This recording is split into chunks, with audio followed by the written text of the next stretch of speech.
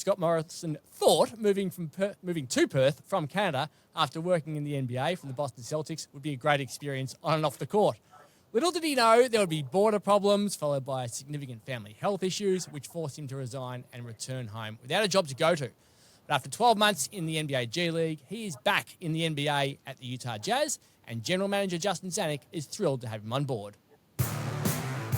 Scott's reputation as an excellent teacher, a great offensive mind, a hard worker, organized, did such a great job for us at the Salt Lake City Stars as the head coach last year for our G League team. So much so, Coach Hardy really became to trust him, and now he's going to be on the front of our bench. Yes, on the front of the bench at the Utah Jazz, Scott Morrison. Welcome back to the Dribble podcast. Yeah, thanks, Craig. Good to see you again, man. So this time 2 years ago, you were preparing to chuck your family onto a multiple plane journey to come into Australia where you were going to have 14 days of hotel quarantine, and now you're back in the NBA as a big assistant at the Utah Jazz. You must be excited. Yeah, no, I'm definitely excited. Happy to get another chance, at the NBA and have a little bit different outlook on life now than the last time. So long story short, I'm going to appreciate every moment and not take anything for granted and try to continue to work as hard as I can to stay at this level. But the trip to Perth was an interesting one at the time. It wasn't the easiest thing that we did, but we have no regrets, and we learned a lot about ourselves, and I learned a lot about myself that 3-week period just getting there, let alone the stuff that we went through during the season. So a lot of tough challenges we went through, but a lot of great memories too. And it seems like the relationships over here are still really strong. I was in Queensland at the NBL Blitz in September. I was in the same hotel as all the players and all the teams, and so many people came up to me and said, you need to do a story on Scott because he's back in the NBA and it's great what's happening for him. You posted on social media the other week about Jesse Wagstaff for his 450th. Your relationships are really strong still, aren't they? Yeah, no, I've kept in touch with lots of the guys. Most of the players, some more than others, but most of the guys have on social media, and we'll hit up every now and then, try to follow their lives. I know Todd's about to have a baby, or his partner is anyway. And keep in touch with Mitch, Jesse, Bryce. Hit up LT every now and then. Keep in real good contact with their staff. Mike and Trig, obviously in Southeast now, we talk all the time. Keegan, still in Perth, and Nixie in the NBL 1. So consider those guys all friends. It's tough that you don't get to see your friends that often, probably, if ever again, maybe, in some cases. But that's the beauty of social media and the internet and things like that. We can keep in touch and still feel like you're not missing a beat. It did break my heart not to be able to go to Vegas to watch the Wildcats play the Ignite last month. We had like 3 days of it's called an organizational summit that our owner put on that we all had to be there for, and it fell right smack in the middle of that trip. So I had to watch on ESPN like everybody else. But other than that, it's been great to keep in touch with guys, and also have kind of built some stronger relationships since I've left with some of the other coaches. Kept in good touch with Adam Ford and talked with Scott Roth quite a bit in the off season, and they were hitting me up to ask about players in the G League for possible imports. But it's good to know that we can talk basketball, and if we ever meet up in Vegas or wherever else during summer league, we'll have a beer, and at least we have the common bond of having been in the NBL. So you went back to Canada with no job lined up, which must have been absolutely terrifying. How did you end up at Salt Lake in that G League position? Well, it was kind of terrifying. We were more concerned with getting Max, our son, set up at the time. So that was probably more terrifying than not have a job. I figured I'd get something eventually. We were looking at places to possibly just move to and live, where we could get good health care and get him set up in a place where we knew he'd be taken well taken care of. Salt Lake City was actually one of the places on our short list just because Suzanne had become close with Renee Engles, just sharing the common bond of autism, and they connected through our mutual friend Aaron Baines, who's been in the news lately, I know. So we were looking at Salt Lake, and I was coaching with the Canadian U23 team. We had a tournament in Toronto. It was probably late June. And I had been hoping that Joe Mazzulla would get the Utah job because Joe and I have been good friends for a long time, and figured he would take me along with him. He was a finalist. Will Hardy beat him out. I'd never met Will Hardy in my life. Matter of fact, Will was probably the guy that took my job in Boston. I remember when he was hired, I remember thinking, like, that's the end of me. I'm gone now, because we kind of had the same role. So wasn't my favorite guy just because of that, but he quickly became my favorite guy when he called. I remember getting a call, unknown number, and answered it, and it was him. And he just mentioned that Danny Ainge, who went from Boston to Utah to run the Jazz, and a couple of the other guys that went with Will from Boston had strongly recommended me for something. And all he had was the G League, but I was quite happy to jump at that and take the position. So I got lucky there. And the other thing is, unlike my previous run in the G League a few years ago, Will wanted to involve me in everything. So the first week I was in Salt Lake, I went to the Jazz Coaches Summit, and he was, pushing me to talk and challenge people and voice my opinion, which I did because he wanted me to. And from then on, we kind of built a good relationship, and I would be around the Jazz as much as I could because the G League is like an 8-minute drive from the NBA facility. And just kind of built up a trust with him and a good rapport. And he made some changes at the end of the year, and I was fortunate to be bumped up right to the top there. So it was a different road. We learned a lot, like I said, so I wouldn't trade it all, and ended up kind of in a better spot than we were in Boston. Maybe our team's not quite as good right now, but overall situation it couldn't be better in terms of the NBA. And you had a really good season, 20-12, really good season in the G League, even though it's slightly different in what the expectations are, I would imagine, from a development point of view as well compared to NBL. But you mentioned that you're in touch with the NBL coaches. Well, you had Tyler Cook down there with you, and he's just torn it up here for a few weeks at Southeast Melbourne Phoenix. Tell us about that relationship. Yeah, TC had a good year for us. He's what I consider maybe like a bubble NBA guy.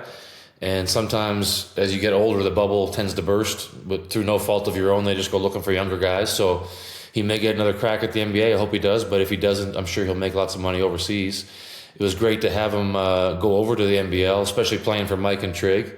So I was able to follow their games while he was there and see that he did pretty well. It's too bad he couldn't stick out the whole season. I know he was just an injury replacement, but at least he made a good impression while he was there, and hopefully he'll land on his feet with either something here back in the States or a lucrative Asia or Europe or wherever deal, because he's a good dude. He's extremely athletic, just a little bit maybe short for his position in the NBA. So we heard from Justin Zanik at the top of this podcast. He was generous enough to give me some of his time to talk about you when I was up in Queensland with him at the NBL Blitz. This is some of what he had to say during that interview that night.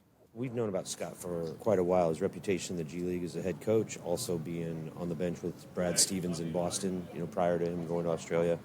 He developed already a reputation. So when the opportunity arose for us to have him be with us, we jumped at it. They jumped at it. Tell us about the franchise itself and the job and the role that you have within the organisation. Well, my role is pretty simple. We don't have so much as like titles on our job. Like, I guess I'm kind of the lead assistant for offense, which anybody that followed the NBL would be pretty shocked if I said defense. Hopefully not as shocked for offense. So I kind of lead that group. Coach has me lead most of the offensive drills in practice, which is great because you get to still kind of control things and keep that side of coaching sharp, as you would be if you're a head coach. And then in terms of games, just helping them with play calls and kind of planning for what we're going to do to attack the other team. And then if he decides to get tossed or ejected from a game, then I'll get to coach. So I'm going to try and poke him as much as I can to get on the referees and see if I can get at least one game out there. As far as the Jazz goes, I'm not just towing the company line here, but I think it's probably the best, if not best, top 3 organizations to work for in the NBA. And the reason I say that is because of our owner. We have a relatively new owner, Ryan Smith. He's pretty young as owners go. He's about my age. Great people person, treats everyone well. And there's no such thing as a budget here. Everything that you need, you have. We went to Hawaii for training camp, for example, which was pretty cool. We got to bring our wives, and they had to have a week away doing their own things while we were working. And just little things like that. Every time there's a holiday or the kid's birthday, there's a package at the door. They don't miss a beat here. So it's really a high priority on families and treating people right. And from the basketball side, like I said, we still have a little bit ways to go for our roster, but it won't be because of him not putting in the time or the money, and it won't be because of our front office doing their great job. We just have to get lucky with a couple of players, and hopefully we'll be right back at the top. But as far as situations go, you can't get much better than this, NBA or otherwise. So what are the expectations from a coaching perspective for the team this year? It's a difficult situation when you know you've got a lot of young guys in the group. How are you approaching it as a coaching collective? Well, I think it's like one of those situations that's a blessing in disguise. Obviously, you want to be able to compete for a championship. I don't think anyone expects us this year to compete for a championship. They overachieved a little bit last season before they traded a lot of their vets at trading deadline. So we're even younger than last year. We're just going to approach it game by game, try to compete every game, but definitely have a little bit of a G League feel because development's going to maybe trump doing everything you can to win a game on a given night. Some of our guys that aren't used to shooting threes may be called upon to shoot a few threes just to get the experience. Maybe not our best ball handlers will get the chance to play ball screens and pick and rolls just to get that experience. But we're still going to try and win every game, but there'll be a little bit of an eye or a side percentage that goes to development as well. And that takes the pressure off us. But at the same time, you got to win a few games to keep things enjoyable. And I'm sure our guys will compete every night. In the NBA, if you just work as hard as you can every night, you're going to get a few wins just by that. So I think we have the kind of guys that will give it all they have every night, regardless of who we're playing or where we're at. Vastly different competition in every way, the NBA compared to the NBL. 28 games over here. You'll have that many by Christmas. Bigger courts, amazing athletes, more money. Is it essentially a different sport? No, I mean, every league's different. The NBL was more physical because of the amount of time between games, there was a lot more practice and scouting, so you really had to be on your toes to get ready for the next opponent. The league, everyone knows each other so well. Great coaches in the league, so it was really challenging from a coach's point of view. The challenges here are maybe a little bit different. 82 games, how do you get the guys up every game? How do you keep them locked in and engaged? How do you keep them from getting injured? We didn't do that very well in Perth either when I was there, but a lot of that's luck too. The grind is tough sometimes, but at least you're treated the best. You get the best treatment for hotels and flights and food and everything like that. It doesn't stop you from being tired a lot, but that's kind of why we're doing it. Like I said at the start, having been in the NBA and kind of seen near the top of it, and then being out altogether, taught me a lot. And that's going to be the most you'll hear me complain all season. What I just said there, I'm going to be excited to be on every trip, and I don't care when I get to sleep. I'll just be happy to get into that facility the next day and be able to be part of a great organization like this and just try to prove every day that I belong. So you went through so much personally and professionally here. The NBA is such a massive industry, and now you're back in there. Has your perspective on the job and sport in general changed? Yeah, I'd say it's changed quite a bit. Two ways it's changed for me. You hear a lot of people talk about their why, like why they do something. And my why has changed like 3 times now. It used to be I just wanted to prove that I was, could compete with the best. Then I wanted to try and prove that I could be a head coach. I became obsessed with that, and that was not a good look for me or a good process for me. The stuff with our family that happened, my why has now changed to basically being as successful as I can to try and support them and, save some money to be able to support Max if he needs it when I retire and things like that. So the reasons why I'm motivated have changed. The amount of work and desire hasn't changed. That's, for me, I feel like it's always been at a high level.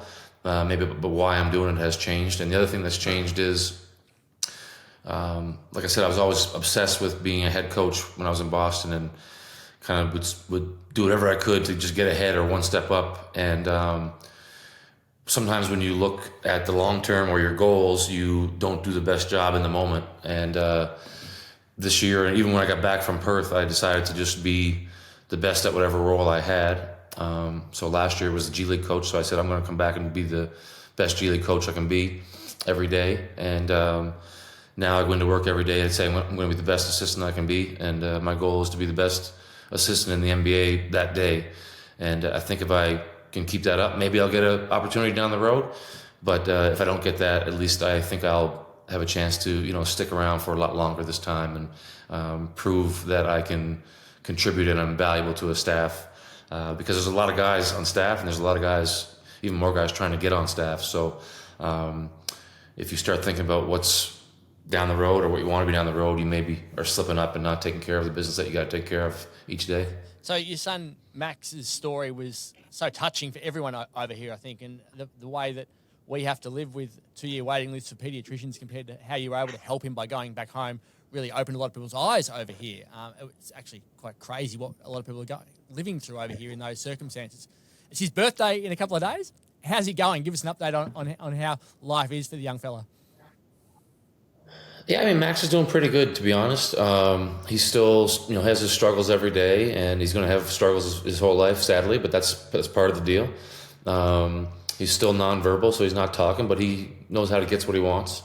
Pretty much everything that he wants, he can get. He's been going to like a special school 5 days a week, where he has like a one-on-one instructor there when he's there, and they all love him. He's a good-natured little guy, and he's very happy to be there and tries hard when he's there to learn. And it's hard to notice the progression sometimes when you're around him every day. But every now and then you'll see something that you're like, oh, I didn't think he could do that, or that's a new, or he's always better at that now. So I feel like it's paying off for him. I don't think it's necessarily any better than maybe what's available in Perth, and I'm sure it's getting better there too. But it just feels a little bit more, I guess, safer for us being closer to home and having a little bit of help every now and then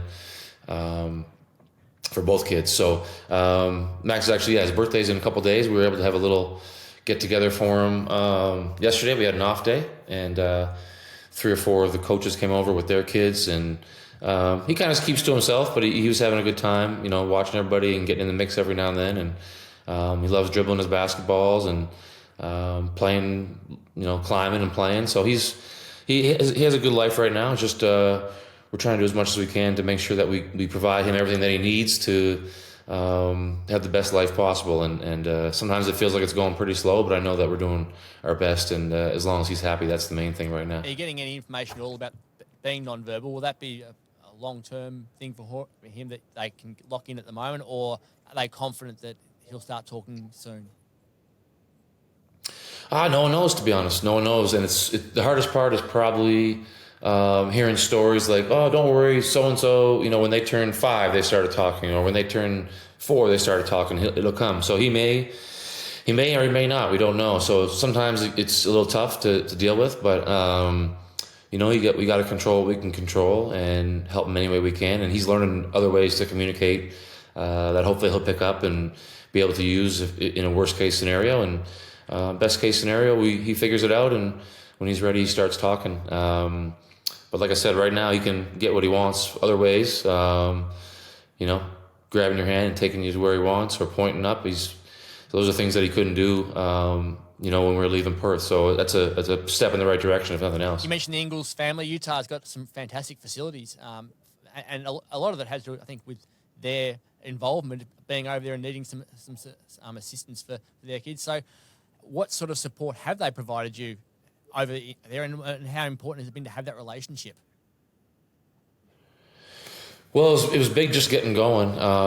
The school that Max attends actually is the same school that Joe and Renee's son went to. So that was their recommendation that we went there. Suzanne has met some people that are friends with Renee that are in the autism community, autism moms, so to speak. And they've been great to just kind of recommend things, and hey, Max is having a tough day, then Suzanne might reach out, and they've been through the same thing. So it was nice just to have someone in the business that can relate. They did a lot of stuff here for the autism community. It just leaves a big hole when they left. I'll never be able to replace that hole or fill that hole, but I'm going to try and start doing some things to raise some money, raise some awareness. Last year, the Stars had an autism awareness game I think they're doing the same thing this year.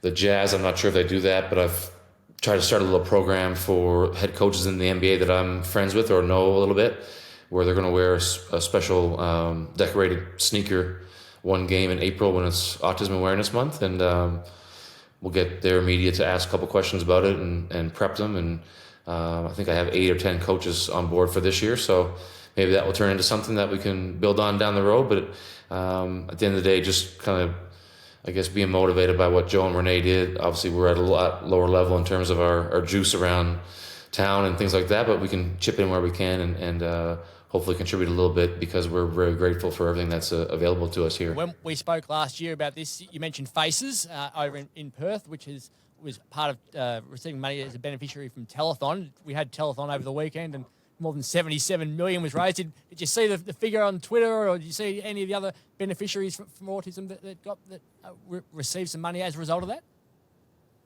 Yeah, no, that's incredible. I know when we left, there was you did the story on why we left, and the amount of people that reached out was pretty crazy. Some positive stories, some not so positive. So seeing that amount of money raised is awesome. I know some of the groups were All Stars for Autism and Autism Association of WA, which we've had contact with when we were there. Camp Autism, I believe, is another one, and you mentioned Faces and Ocean Heroes. So it sounds to me like things are going pretty good there, and no matter where you are, there can always be more awareness and more money, and you can never have enough. So I was pretty happy to see that, and hopefully some of those people that reached out to us when we left and thanked us or shared their story as well can benefit from some of that fundraising too. How's Suzanne, your wife, and how's your daughter Shaylin going? Are they settled in quite nicely into Salt Lake? Yeah, they're doing good. Everyone really likes it here. It's a great spot for families. Salt Lake's not known as like the party capital of the world. So, maybe when I was 21, 25, that would have been an issue, but right now it's for the best. Obviously there's a strong Mormon community here, and I think it's safe to say that in general, Mormons tend to have bigger families. So there's tons of stuff set up for families. There's all kinds. Perth was great too. I remember Suzanne and Max would go to the zoo and the aquarium and the science center and all that stuff. So it's very similar here. We have all those kinds of things that the kids can go to, tons of playgrounds. Lots of them are like special needs accessible, so it's easier for Max to get around. And Shaylin, we hope, is going to start kindergarten or school of some sort for her age group at Christmas time, which will be a big boost because it'll clear the house out for at least half a day every day. Give Suzanne a little break, give her some of her own time. But they're doing pretty good as well, and Shay's got a mind of her own. She runs the house, so it'll be good to get her out of the house and get some real world experience for her to get her back down to earth. The lifestyle that you mentioned, it is vastly different to anything you've experienced, really, because Prince Edward Island, where you're from, is naturally an island. So you're on the beach. Boston has some nice beaches. I think you were living in North Beach over here, and the nearest beach to Salt Lake City is 1,100 kilometres away. So what does your weekend or off time look like? It's certainly not beaches. So what's the number one pastime you would head towards? Yeah, so the mountains are nice. I mean, they're nice to look at, and it's cool to live here, but they aren't much good to me. I don't ski or anything else. So other than looking at them in the morning when I drive to work, it's not much good. I miss the ocean. Perth was the nicest place we're ever going to live. We knew that when we were there. We could see, I guess we're in Waterman's Bay, just above North Beach, so we could see the beach from our house, see the sunset. So we were spoiled that whole year, and we talk about that all the time. So at least we got to experience it for a year. Too bad it couldn't have been a little bit longer because it was really good. So the summers are really hot here. We're just finishing summer now, and it was like basically from May until end of September. It was in the 30s, 40s sometimes, and very similar to Perth's summer. So it's a dry heat, and we just bought a house 2 months ago after we signed with the NBA club. So our number one request for the house was a pool. So we got a house with a pool and a little bit of a yard. So we spent most of our spare time out there, whether it be in the pool or just playing around the yard. And Max isn't a big fan of the pool yet. He goes in every now and then. Shay loves it, but Max loves the little playground equipment that we have. So In Perth, we had almost a private playground right next to our house. No one was ever there, so we spent a lot of evenings there, him just climbing around and jumping, so he can do that here. And that's where we spend most of our free time nowadays. I find the weather part of it crazy. So it's Wednesday morning here in Perth, Tuesday night in Salt Lake City as we're recording this. And it's meant to be a 23 degree day tomorrow for you, but Saturday's forecast is for snow. How the hell do you get by with 23 degrees midweek and then snow on Saturday? I was told when we were there with the Wildcats in 2018 that it changed in an instant. The weather could just go and suddenly winter has arrived. Are you ready for it? Yeah, I'm ready for it. The house we rented last year had a really long driveway. That was the biggest mistake we could have made because it snowed. I guess it was a record year for snow here. I remember shoveling it maybe 6-7 times and just breaking my back. So our driveway is pretty short here, so it won't be as bad.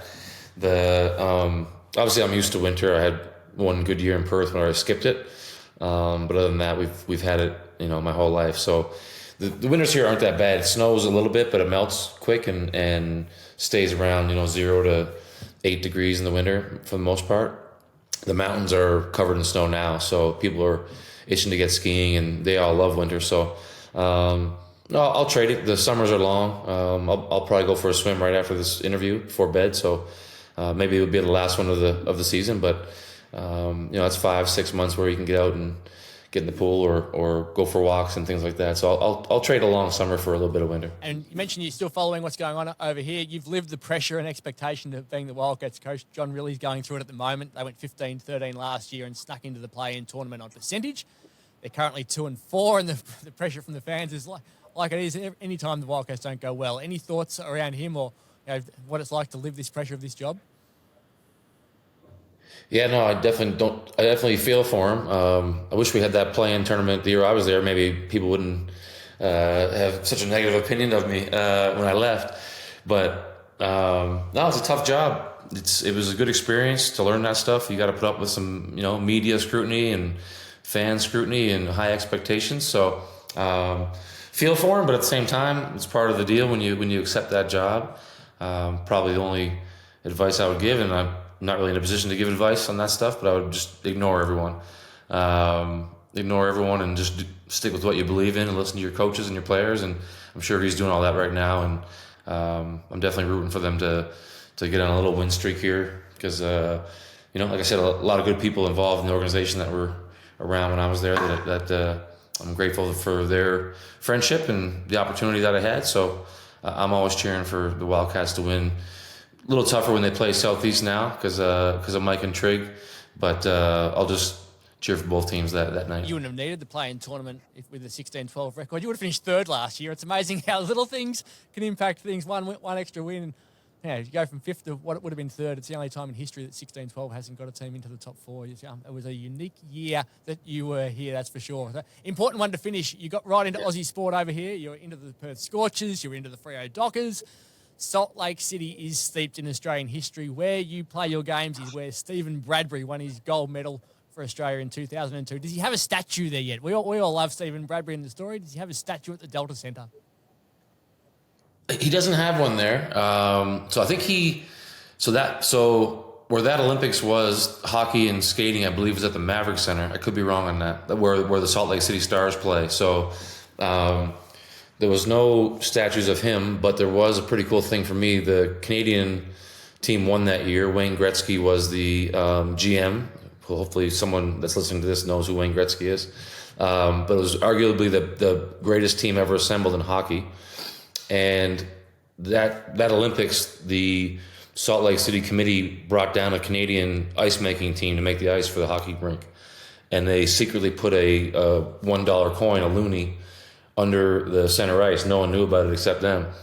And then slowly it started to leak out to the Canadian side that this loonie was down there, and it was considered like a lucky loonie for them. So after the Canadians won gold medal, they brought the loonie up and put it in the Hall of Fame, the Hockey Hall of Fame in Toronto. So there's a wall, which was their locker room at the time in that building still, that they all signed. And they covered the wall with plexiglass, so it's preserved. And I would go down there and just check it out just to kind of get a little taste of home and kind of get a little bit of hype for the games before the games last season. But it was a special thing for me to see that as a Canadian. And if you ever get a chance to visit, I'll make sure they put some sort of a monument up for Bradbury as well. That sounds actually really, really cool to see. And you had, as you said, you've had a role with the Canadian team and bronze medal at the World Cup. You've been really proud of your team going through that when considering the history you have with both the under-19s and the under-23s. Yeah, for sure. I've been part of the senior team too. I went to training camp this year, and then when the team went overseas, I went home. But kind of was a outsider scout, part of the staff, which was cool. We've had like 3 straight Olympics with basically heartbreak down to the last game. 2016, I was on the staff. We lost to France to go to Brazil. So it was special to watch the games and kind of see a lot of that work finally pay off. And just knowing how hard all those people have worked to try and get us to the Olympics. I think I was in our facility by myself. It was like 6 a.m. here when Canada played Spain to qualify for the Olympics and the World Cup, and they won basically in the last minute. And not gonna lie, I shed a few tears just watching it. Mainly because I was so happy for everyone to finally make it and knowing what we've been through, and a little bit of sadness that I wasn't there to celebrate with them. But I'll still take it and I'll be part of the program in some form for a lot of years, hopefully, and get my crack to go to the Olympics at some point. But for now, I'm just happy that they made it, and we're trying to match what the Boomers did last time, which was get to the medal podium. And it's not going to be easy, but we definitely have enough talent to get there. Just a matter of putting it all together for the right time. Well, the Utah Jazz are at home to the Sacramento Kings on Thursday. Western Standard Time will be 9 a.m. our time, so it's obviously a different day for you, but Thursday for us. Really appreciate you coming on. It's we've had enough contact, I reckon, both during your time in Perth and since you got back over there to know that I've got massive admiration for you and what you've achieved as both a father, a husband, and a coach, and I'm really thrilled that you are back with your skills being recognised again at the highest level, and you're doing what you love, and it's good to see that the family are going really well also. So thank you very much for your time. Oh, likewise, man. I appreciate you, Craig. I wish you all the best, your family as well. And sounds like I owe our GM a beer after everything they said about me there. But it was nice to talk to you, and I'm still a big fan of the NBL. I got to go make sure my super coach team is locked in for this week. Haven't had a chance to get the big prize yet, but I'm inching closer every week, I think. Well, that's it for this week's episode of the Dribble Podcast. Remember, you can read all of your basketball news in the West Australian and thewest.com.au. We'll be back next week for another episode of the Dribble Podcast.